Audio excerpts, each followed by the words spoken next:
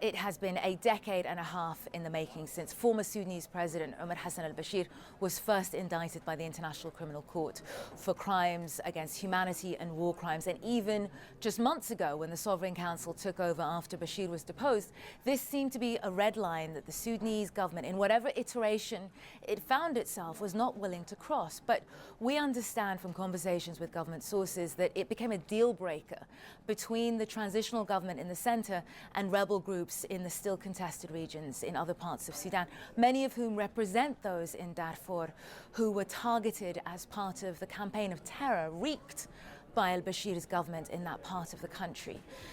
For those we're speaking to in Sudan, it's been a hugely emotional moment and a shock to many of those who heard this for the first time. We're still very short on detail.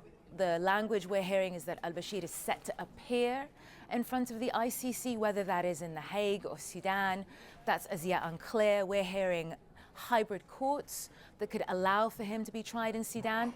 Our sources tell us that the Sudanese government acknowledges that Sudan does not have the infrastructure to try war crimes, but they could potentially place magistrates on courts shared with the ICC. The ICC itself says that it has not been formally notified, but for many of those in Sudan hearing this news, none of that matters. What matters is that finally, after 3 decades, 3 incredibly bloody decades for the most part, that Sudan's former dictator appears to finally be facing some kind of true justice.